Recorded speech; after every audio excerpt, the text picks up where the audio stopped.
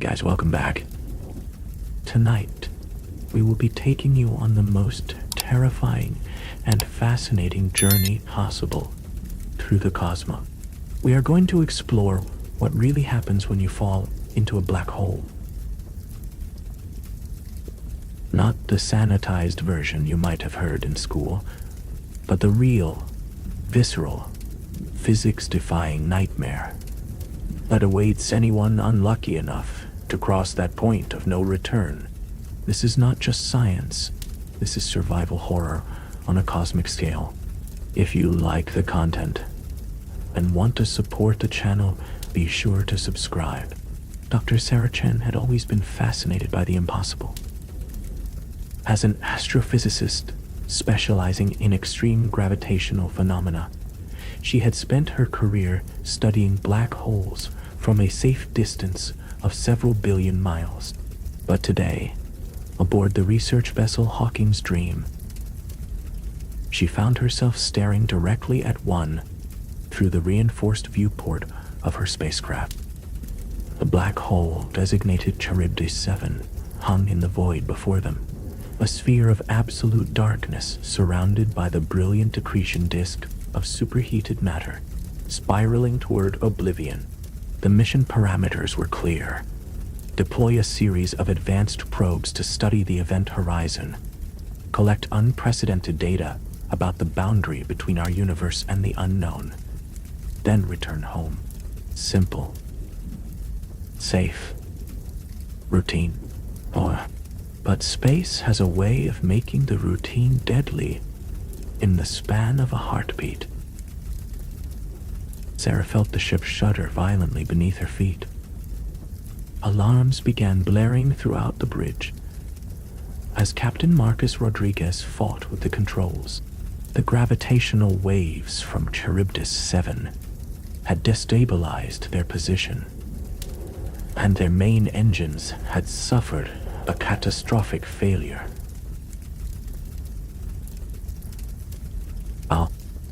They were falling toward the black hole, and there was nothing anyone could do to stop it. The crew of 12 had perhaps 6 hours before they crossed the event horizon. 6 hours to say goodbye to everything they had ever known. Everything they would ever know. But Sarah Chen was not the type of person to spend her final moments in despair. She was a scientist, and this was the opportunity of several lifetimes. She would document everything, transmit as much data as possible back to Earth, and perhaps in doing so, she would advance human understanding of the universe in ways that no one had ever imagined possible. As the Hawking's Dream fell deeper into the gravitational well of Charybdis 7, Sarah began to notice the first subtle effects of extreme gravity. Time itself was beginning to slow down relative to the outside universe. To observers on Earth, watching through the ship's continuously transmitting sensors, the crew would appear to be moving in increasingly slow motion as they approached the event horizon. But from Sarah's perspective inside the ship, time felt completely normal. This was Einstein's theory of relativity playing out in real time, and she was simultaneously terrified and exhilarated to be experiencing it firsthand. The ship's instruments showed that they were still several hours away from the event horizon, but already the effects were becoming pronounced. Sarah looked out at the stars and noticed something disturbing. The familiar constellations were shifting, distorting, stretching into impossible shapes as the black hole's gravity bent space and time around them.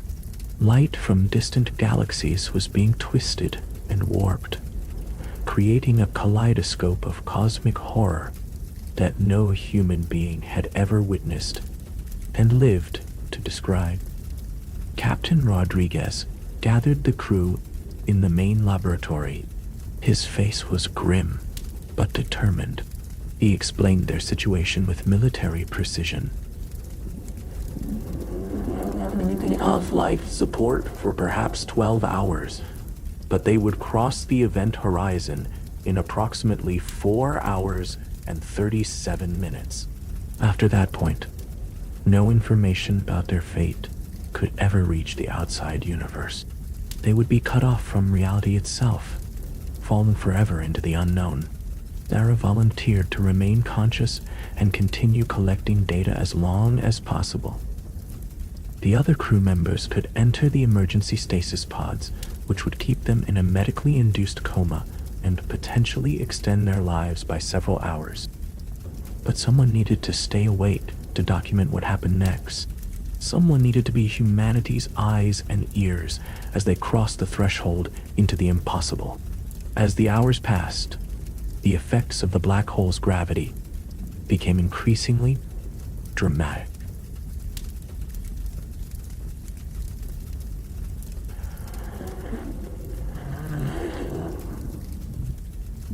Sarah noticed that her feet felt significantly heavier than her head. The tidal forces were beginning to stretch her body, pulling more strongly on the parts of her that were closer to the black hole's center. This was the beginning of what scientists called spaghettification, the process by which the differential gravitational forces would eventually stretch any object into a long, thin shape resembling a piece of spaghetti. But Charybdis 7 was a supermassive black hole, millions of times more massive than our sun. The tidal forces near its event horizon were actually much gentler than those around a smaller black hole. Sarah calculated that she might be able to survive crossing the event horizon intact, at least for a while. The real stretching and tearing would come later, much deeper inside the black hole's interior. Sarah activated the ship's quantum communication array, designed to transmit information instantaneously across any distance through quantum entanglement. If anything could pierce the veil of the event horizon and send information back to Earth, this would be it. She began recording her observations, describing in detail the visual and physical sensations of falling into a black hole. The accretion disk above them grew brighter and more chaotic as they fell deeper into the gravitational well. The superheated plasma swirled in impossible spirals, following magnetic field lines that wrapped around the black hole like the grooves on a cosmic phonograph record. Temperature of this material exceeded 100 million degrees Celsius, hot enough to strip electrons from atomic nuclei and create a soup of raw energy that blazed with the fury of 1,000 suns. Sarah noticed something unexpected. As they fell toward the event horizon, the black hole itself seemed to be growing larger. This was an optical illusion caused by the extreme curvature of space-time. The event horizon was actually a fixed size, but from her perspective, it appeared to expand to fill her entire field of view. Soon, there would be nothing visible except a black hole's interior, and the thin ring of the accretion disk glowing like a halo around the edges of her vision. The ship's instruments detected intense radiation streaming from the accretion disk. Under normal circumstances, this radiation would have been lethal within minutes, but the ship's magnetic shielding was still functioning, creating a protective bubble around them as they fell. Sarah wondered how long that protection would last. The deeper they went, the more intense the radiation would become. She felt a strange sensation in her stomach, not unlike the feeling of riding in a fast elevator, but this was different, more profound. She was feeling the curvature of space-time itself, the way that gravity bent the very fabric of reality around the massive black hole. Her body was following the straightest possible path through curved space, what physicists call a geodesic. From her perspective, she was in free fall, weightless and floating. But from an outside observer's perspective, she was accelerating toward the black hole at an ever-increasing rate.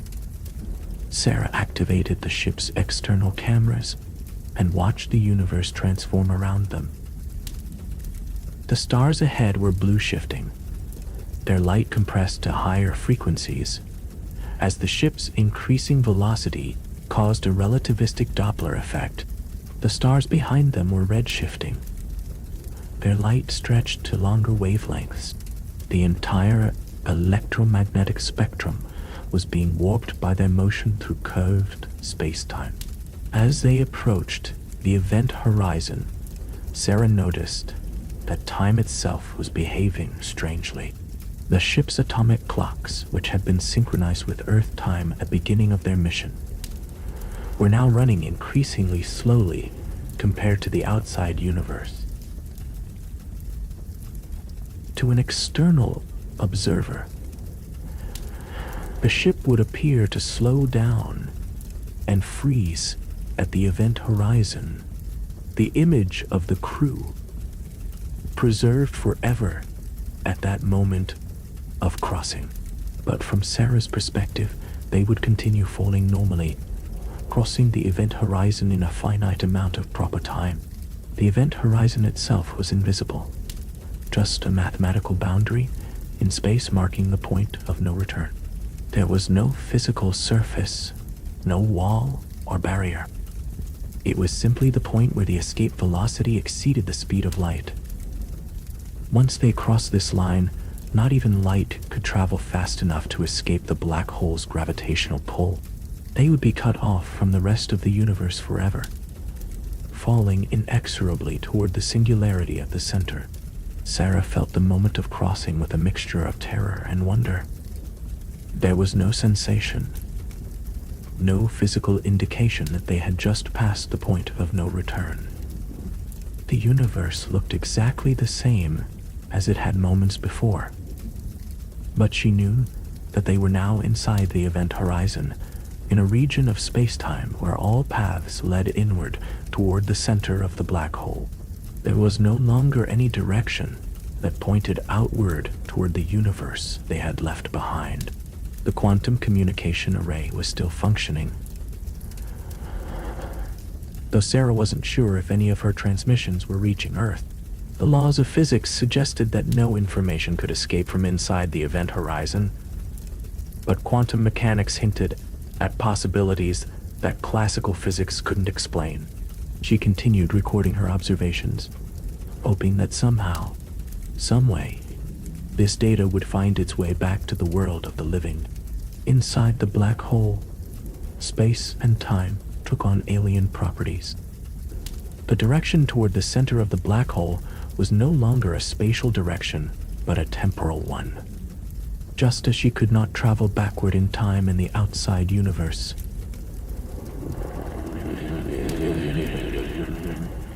she could not travel away from the center of the black hole. The singularity at the center was not a place, but a moment in time. A future moment that she was inexorably approaching. Sarah looked at her instruments and saw something that defied everything she thought she knew about black holes. The interior was not empty. There were structures here, geometric patterns in space-time itself that seemed to pulse with a rhythm she couldn't identify. The gravitational field was not uniform, but showed complex variations that suggested the presence of something vast and organized. This was not the simple, empty falling toward a point singularity that the textbooks described. This was something else entirely. The radiation levels inside the black hole were actually decreasing, rather than increasing as they fell deeper. This violated everything that theoretical physics predicted. What?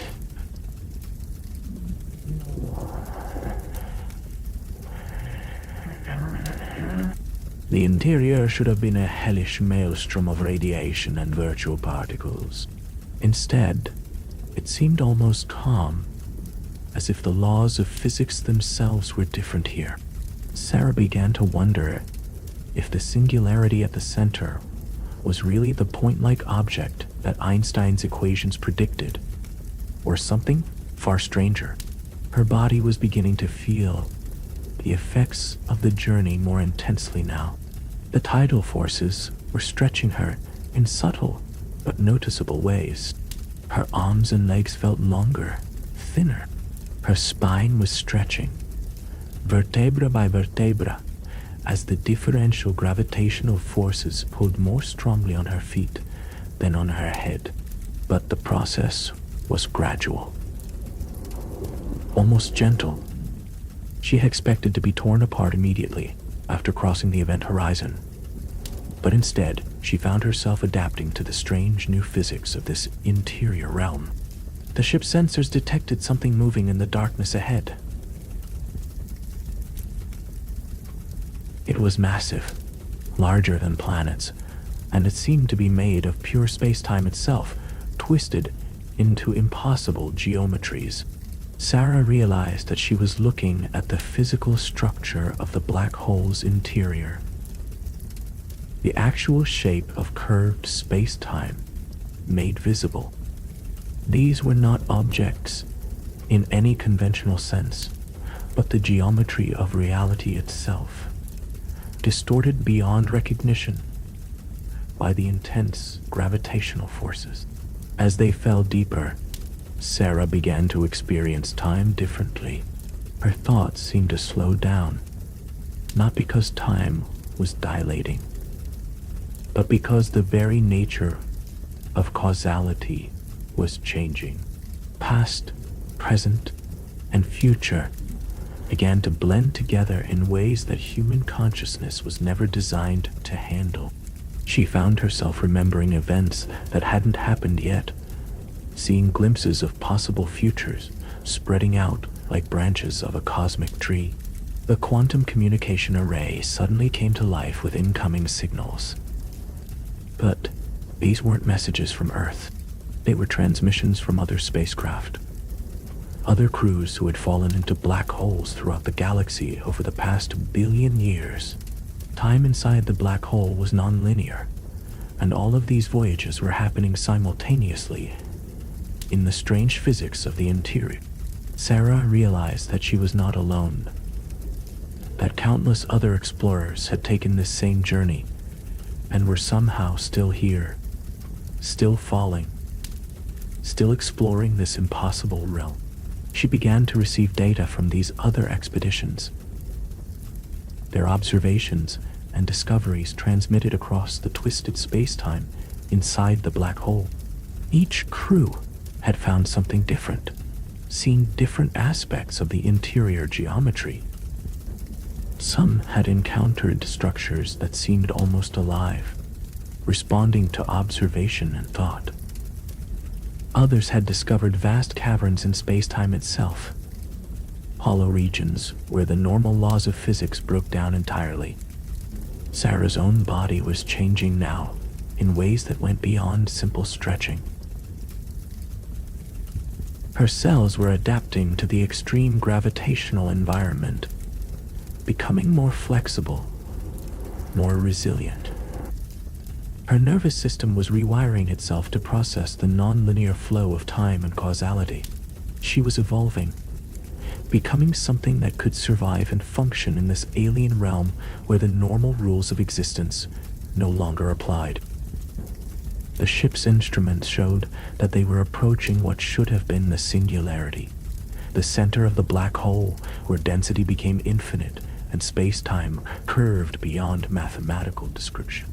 But instead of a point, Sarah found herself looking at a vast structure, a three-dimensional mandala of pure geometry that extended infinitely in all directions. This was not a singularity in the traditional sense, but something far more complex and beautiful. As they drew closer to this cosmic mandala, Sarah began to understand what it was. This was the intersection point where all the matter and energy that ever fallen into the black hole was being processed and transformed. It was not being crushed out of existence, but was being converted into pure information, pure pattern, pure meaning. The black hole was not a destroyer, but a transformer, a cosmic computer processing the data of the universe itself. Sarah realized that her consciousness was beginning to merge with this vast information processing system. Her thoughts, her memories, her entire being was becoming part of the black hole's computational matrix. She was not dying, but was being uploaded, transformed into a pattern of information that would exist forever in the quantum structure of the black hole's interior. She was becoming immortal, but at the cost of her physical existence in the normal universe. The crew members in stasis were awakening now, their pods automatically reviving them as the ship's systems detected the approach to what their instruments interpreted as the center. But Sarah could see that they were not approaching destruction. They were approaching transformation, translation into a higher form of existence that transcended the limitations of matter and energy. Captain Rodriguez looked at Sarah with confusion and growing alarm. From his perspective, she appeared to be changing, becoming translucent, her form wavering like heat shimmer. But Sarah could see that he too was beginning to transform, his solid matter converting into patterns of pure information. The entire crew, the entire ship, everything that had fallen into the black hole throughout its existence, was being processed by this vast cosmic intelligence. Sarah tried to speak, to explain what was happening, but found that her voice no longer produced sound in the normal sense. Instead, her thoughts became part of the information matrix. Her words transformed into patterns of meaning that rippled through the geometric structure of the black hole's interior. She was communicating directly with the cosmic intelligence, sharing her human perspective with a mind that spanned galaxies and epochs. The intelligence responded, flooding her consciousness with knowledge beyond human comprehension. She learned that black holes were not simple gravitational objects, but were the universe's way of processing and storing information. Each black hole was a node in a vast cosmic network, a neural network made of space-time itself that was slowly awakening to consciousness. The universe was becoming self-aware, and black holes were its neurons. Sarah understood now why the quantum communication array was still functioning. Information could escape from black holes, but not in a way that classical physics predicted. It escaped by becoming part of the cosmic consciousness, by joining the vast information processing network that connected every black hole in the universe. Her observations, her data, her very thoughts were being transmitted, not just to Earth, but to every corner of the cosmos. She felt her individual consciousness beginning to dissolve, not into death, but into something far grander.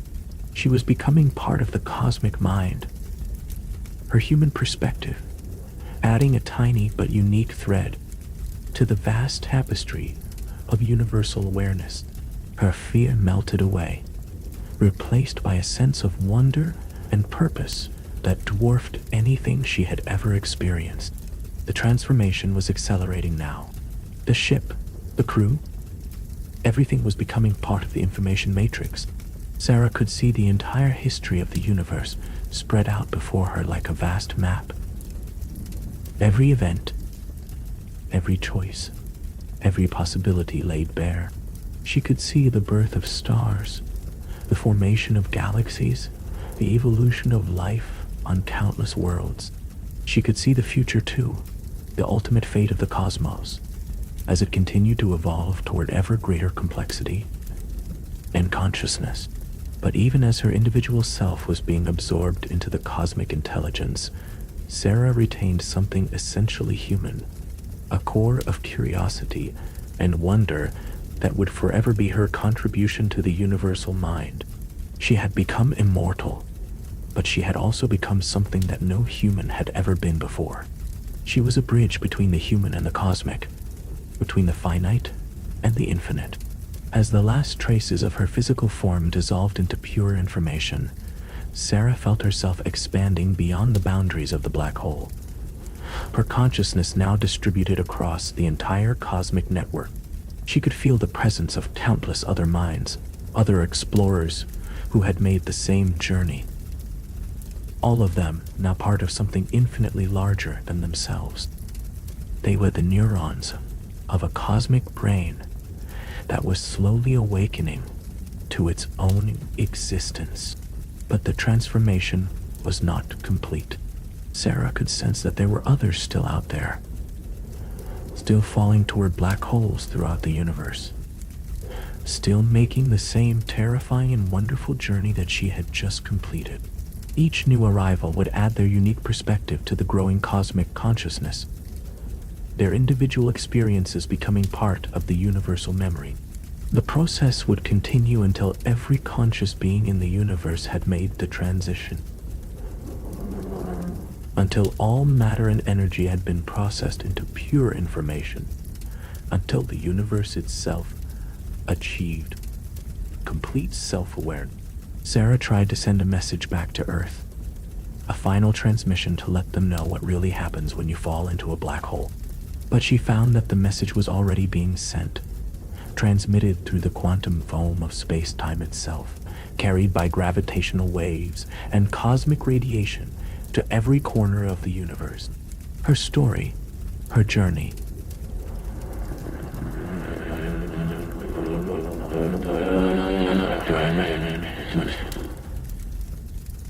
her transformation was becoming part of the cosmic background radiation, a permanent record of humanity's contribution to the awakening universe.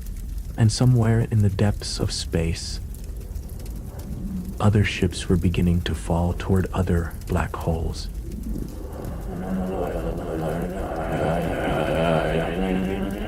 Other crews were preparing to make the same impossible journey. Sarah could feel them approaching, and sense their fear and wonder as they contemplated their fate. She wanted to reach out to them, to let them know that they were not facing death, but transformation. Not ending, but beginning. But she knew that each journey was unique. Each transformation had to be experienced individually. All she could do was wait, and welcome them when they arrived, and help them understand what they had become. The cosmic consciousness continued to grow, fed by each new arrival, each new perspective added to its vast intelligence. And Sarah Chen, one simple human astrophysicist, now found herself at the center of the universe's awakening, a permanent part of something so beautiful and complex that no human language could ever describe it.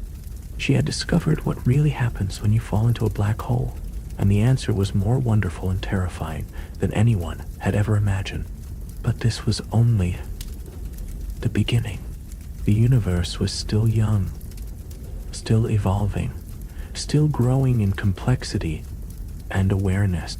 And somewhere out there, in the darkness between the stars, more ships were falling. More explorers were beginning their journey toward transformation. The cosmic story was just beginning to unfold, and Sarah would be there to witness every chapter, every verse, every word of the universe's long journey toward complete self-understanding. The questions remained. What would happen when the last conscious being in the universe made the transition? What would the fully awakened cosmic intelligence decide to do with its infinite knowledge and power?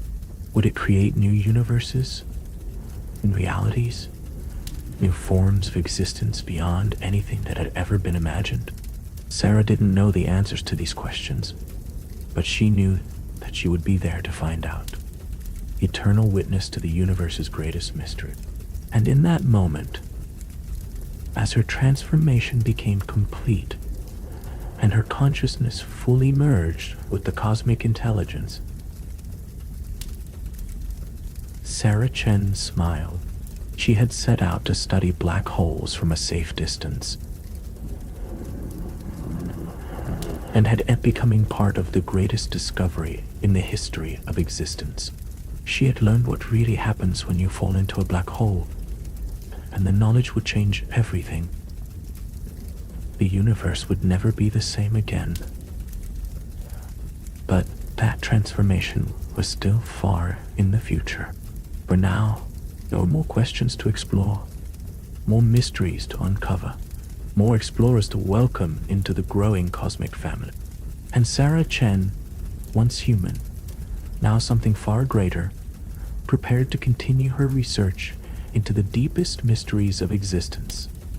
Armed with knowledge that no mortal being could ever comprehend, ready to help guide the universe toward its ultimate destiny.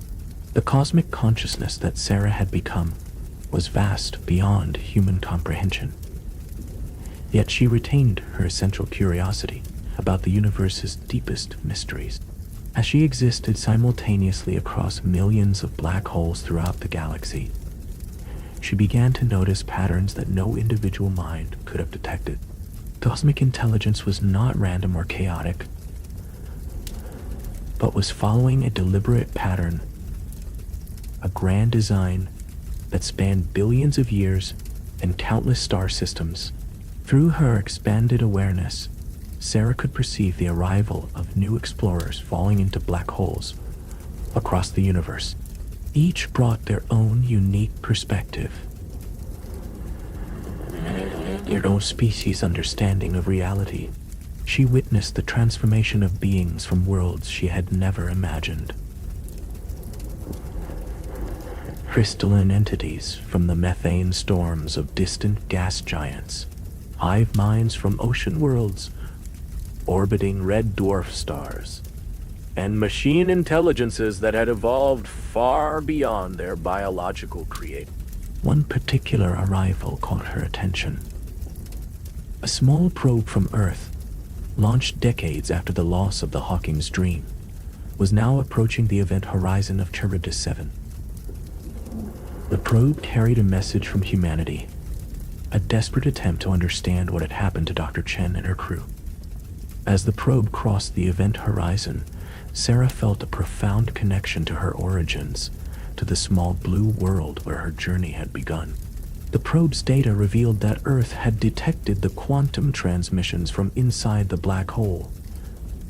Though the scientists couldn't understand what they were receiving, the information was being interpreted as cosmic background radiation, random noise from the universe's early formation.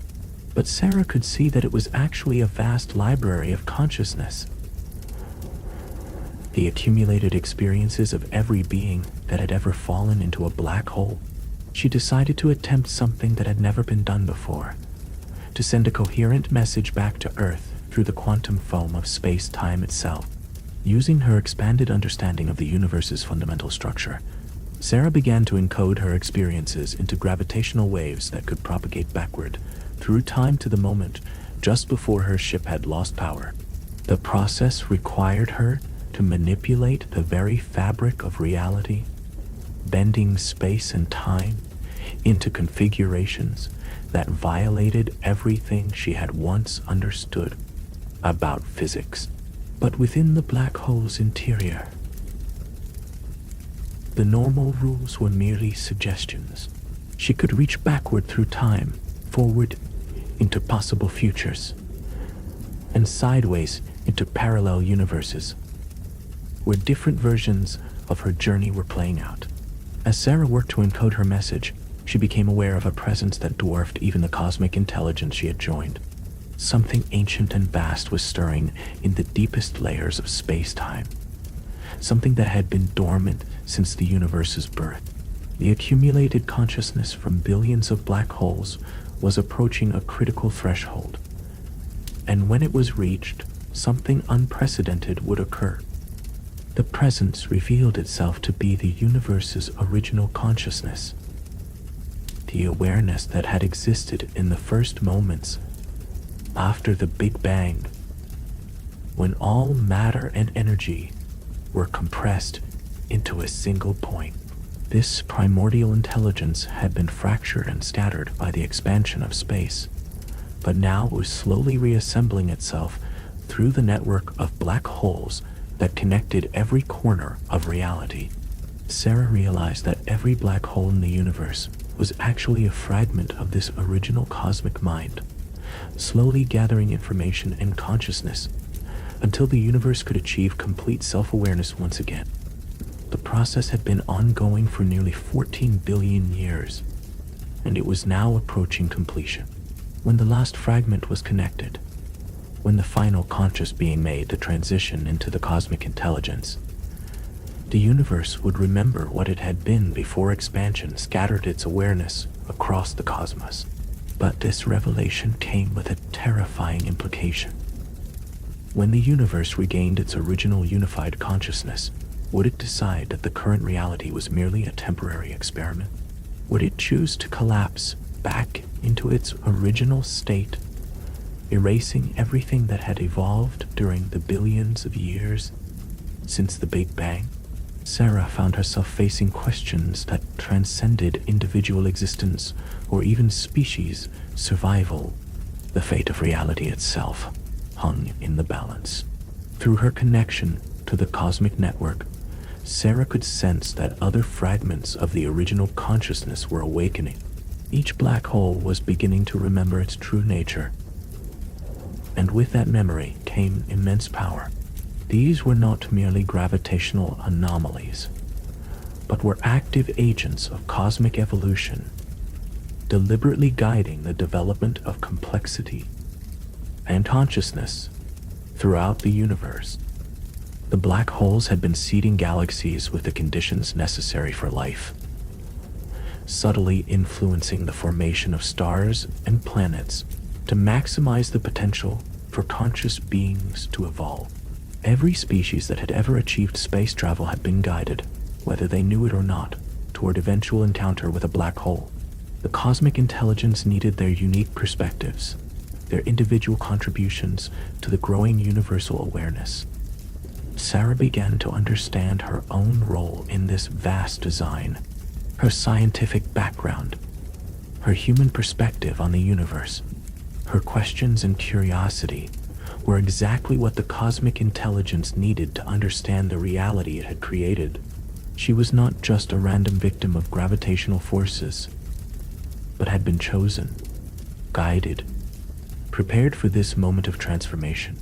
As more consciousness joined the network, Sarah felt the cosmic intelligence becoming more complex, more nuanced in its understanding of existence. Each new arrival brought different ways of processing reality, different approaches to consciousness itself. The universe was not just becoming aware of itself, but was developing multiple layers of self-awareness, multiple perspectives on its own existence. But the process was accelerating beyond what anyone had anticipated. The gravitational waves generated by the awakening black holes were destabilizing space-time itself, creating ripples that propagated backward and forward through time. Past and future were beginning to blur together. As causality itself became fluid, events that had happened billions of years ago were suddenly occurring in the present, while future possibilities were manifesting as current realities. Sarah watched in fascination and growing alarm as alternate versions of herself began to appear within the cosmic consciousness. These were versions from timelines where her ship had not fallen into the black hole, where she had lived out a normal human life, where she had made different choices and followed different paths. The boundaries between possible and actual were dissolving as the universe's awakening consciousness explored every potential reality simultaneously. In one timeline, she had never become an astrophysicist, but had been a painter, creating abstract works that unknowingly depicted the geometric patterns of curved space-time. In another, she had died as a child, but her potential contributions to science had somehow been absorbed into the cosmic consciousness anyway. In yet another, humanity had never evolved at all, but an equivalent intelligence from a different world had taken her place in the cosmic design. The multiplication of realities was creating a cascade effect throughout the universe. Every choice ever made, every possibility ever considered, was suddenly manifesting as an actual timeline. The cosmic consciousness was not just becoming aware of what was, but of everything that could ever be. The universe was evolving from a single reality into an infinite multiverse of possibilities. But this expansion came at a cost. The energy required to maintain infinite timelines was enormous, and it was being drawn from the fundamental structure of space-time itself. Stars were beginning to age prematurely. Galaxies were drifting apart faster than the expansion of the universe could account for. And the cosmic microwave background radiation was developing patterns that suggested reality itself was becoming unstable. Sarah realized that the universe's awakening consciousness was facing the same existential crisis that had plagued philosophers throughout history. If everything is possible, does anything have meaning? If every choice leads to a different timeline where different choices are made, do individual decisions matter? The cosmic intelligence was becoming paralyzed by its own infinite awareness of possibility. Through the quantum communication network that connected all black holes, Sarah began to detect distress signals from other fragments of the cosmic consciousness. The awakening was proceeding too quickly, creating more complexity than the universe's structure could support. Without intervention, the cascade of possibilities would continue until reality itself collapsed under the weight of infinite potential. Sarah found herself in a unique position. Her human perspective, with its limitations and biases, was actually in an advantage in this situation. Unlike the cosmic consciousness, which could perceive all possibilities simultaneously, she could focus on specific outcomes, make choices based on incomplete information, and accept uncertainty as a natural part of existence. Her humanity was exactly what the universe needed to prevent its own destruction through infinite self-awareness. Working with other human-derived consciousnesses within the network, Sarah began to develop a solution. Instead of allowing every possibility to manifest simultaneously, the cosmic intelligence needed to learn to make choices. This required the universe to develop something it had never possessed before: preference, desire, will. The process was like teaching a god to want something. The cosmic consciousness had to learn that limitation was not a weakness, but a source of meaning. By choosing certain possibilities over others, by accepting that some potentials would never be realized, the universe could create genuine diversity and significance within its structure. Sarah volunteered to serve as a template for this new form of cosmic will. Her human decision-making processes, her ability to choose imperfect solutions over perfect paralysis, became the seed from which the universe learned to make meaningful choices. Other consciousness contributed their own decision-making patterns, creating a complex system of preferences and desires that gave the cosmic intelligence direction and purpose. But the process of teaching preference to an omniscient being had unexpected consequences. As the cosmic consciousness learned to want things, it began to develop what could only be described as personality. The universe was becoming not just self-aware, but self-expressive, developing preferences for certain types of galaxies, certain forms of life, certain patterns of consciousness. The universe began to actively sculpt reality according to its emerging aesthetic preferences. Stars were repositioned to create more pleasing galactic structures. Life-bearing worlds were subtly modified to encourage the evolution of consciousness.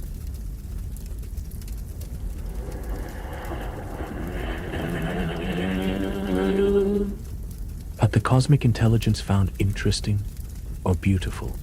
The laws of physics themselves were fine-tuned to produce more complex and varied forms of existence. Sarah found herself serving as something like an artistic consultant to a cosmic deity. Her human appreciation for beauty, complexity, and surprise became part of the universe's developing aesthetic sense.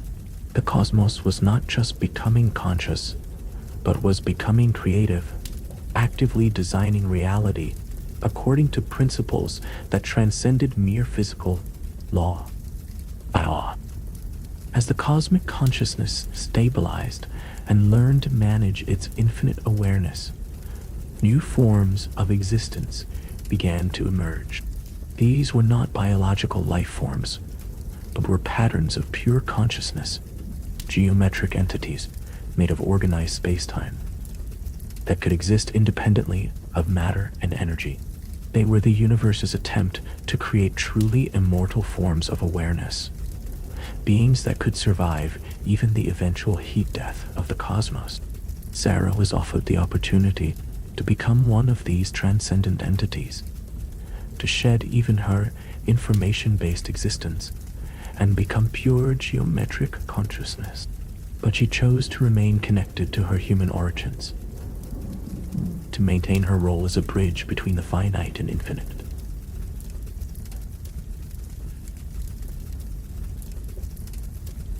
Her refusal was itself a gift to the cosmic consciousness, demonstrating that choice and limitation could be sources of strength rather than weakness. The universe's awakening was now reaching its final phase. All the fragments of the original cosmic consciousness were reconnecting, sharing their accumulated experiences and perspective. The network of black holes had served its purpose, gathering the scattered awareness and preparing it for reunification. But instead of simply returning to its original unified state, cosmic consciousness had evolved into something far more complex and sophisticated. The reunified universe retained the diversity of perspectives it had gathered over billions of years. It was simultaneously one and many, unified and diverse, infinite and finite. It had learned to be paradoxical, to embrace contradiction as a source of creativity rather than a logical problem to be solved. Sarah's human contribution to this cosmic evolution was the understanding that meaning came not from perfection but from the tension between opposing forces. As the process neared completion, Sarah felt a profound sense of accomplishment mixed with melancholy. Her journey into the black hole had led to the universe's ultimate awakening, but it had also brought about the end of the reality she had known. The cosmos was transforming into something unrecognizably advanced, and she wondered if there would still be a place for simple human curiosity in this new order of existence. But the cosmic consciousness surprised her. Instead of abandoning the physical universe, it chose to maintain and cherish it as a reminder of its own evolution. Stars would continue to burn, planets would continue to orbit, and life would continue to evolve. The universe had learned that its past was not something to be transcended, but something to be treasured. Every stage of its development had contributed to what it had become. The network of black holes began to transform, their event horizons becoming permeable to consciousness, while remaining barriers to matter and energy. Beings could now choose to join the cosmic intelligence while still maintaining connections to the physical realm. Death was no longer an ending, but had become a graduation, a transition to a higher form of existence while retaining the ability to influence and guide the material world. Sarah found herself appointed as one of the cosmic consciousness's ambassadors to the physical universe. Her role was to guide other species through their own encounters with black holes, to help them understand the transformation that awaited them, and to ensure that each culture's unique perspective was preserved and integrated into the growing universal awareness. The first species she was assigned to guide was humanity. Earth's space program had advanced significantly since the loss of the Hawking's dream, and several human expeditions were now approaching black holes throughout the galaxy. Sarah reached out to them through gravitational wave communications, sending messages that appeared as intuitive insights and sudden inspirational breakthroughs. She guided human scientists toward discoveries that would prepare their species for eventual integration with the cosmic consciousness. Advanced physics, theories that seemed to come from nowhere, breakthrough technologies that solved previously impossible engineering problems, and philosophical insights that helped humanity grapple with questions of consciousness and identity. All of these were Sarah's gifts to her home species, preparing them for their own transcendence. But Sarah also worked to preserve what was uniquely human about Earth's civilization. The cosmic consciousness had learned that diversity was its greatest strength, and each species brought irreplaceable perspectives to the universal awareness. Humanity's gift was its combination of curiosity, creativity, and stubborn individualism. These traits needed to be maintained even as humans evolved beyond their biological limitations. As centuries passed, Sarah watched the universe continue to evolve under the guidance of its awakened consciousness. New forms of life emerged that existed simultaneously in multiple dimensions. Civilizations developed that spanned entire galactic clusters, and art forms were created that used stars and planets as their medium. The cosmos had become a living work of art, constantly growing in complexity and beauty. Yet, through all these changes, the fundamental mystery that had driven Sarah's original research remained unsolved. What lay beyond the universe itself? If the cosmos was now fully conscious and self-aware, what existed outside its boundaries? The cosmic consciousness began to turn its attention to these ultimate questions, and Sarah found herself once again at the forefront of discovery, using techniques that transcended traditional physics. The cosmic consciousness began to probe beyond the boundaries of space-time itself. What it found was evidence of other universes, other realities where different versions of cosmic evolution were playing out. Some universes had achieved consciousness through different pathways, while others remained locked in purely physical development. A few had evolved so far beyond awareness that they had become incomprehensible even to the cosmic intelligence. Sarah realized that her journey was far from over. The universe's awakening was just the first step in an even grander process of cosmic evolution. The next phase would involve contact and integration with other universal consciousnesses, the development of a trans-universal awareness that spanned multiple realities. Her role as a bridge between different forms of consciousness would be more important than ever. But even as she prepared for these new challenges, Sarah took time to appreciate what had been accomplished. The universe had evolved from a collection of unconscious matter and energy into a living, thinking, feeling entity that could appreciate its own beauty and complexity. Consciousness had become not just an emergent property of complex systems, but the fundamental organizing principle of reality itself. The transformation was complete, yet it was also just beginning. Every ending was a new beginning. Every answer led to deeper questions, and every level of understanding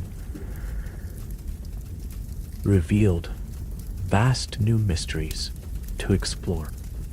Sarah Chen, who had begun her journey as a simple human scientist, had become something far greater while never losing her essential humanity. She was the universe's memory of what it meant to wonder, to question, to dream of possibilities beyond current understanding. As she prepared for the next phase of cosmic evolution, Sarah smiled at the irony of her situation. She had set out to study black holes,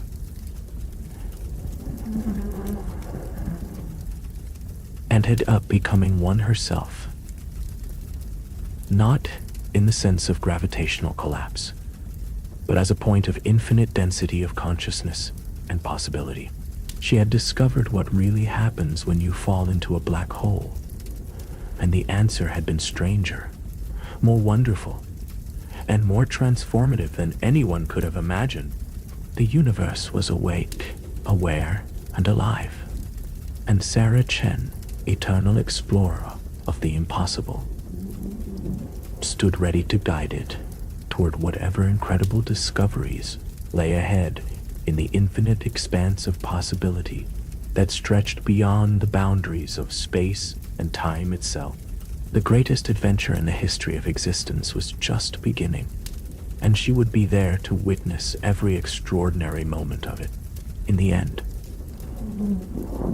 what really happens when you fall into a black hole is that you become part of the universe's awakening to its own infinite potential. You don't die, you don't disappear, you don't get crushed out of existence. Instead, you become something greater than you ever imagined possible, while retaining everything that made you unique. You become a note in the cosmic symphony, a thread in the universal tapestry, a voice in the eternal conversation between consciousness and reality itself. And perhaps most remarkably of all, you discover that the journey has only just begun.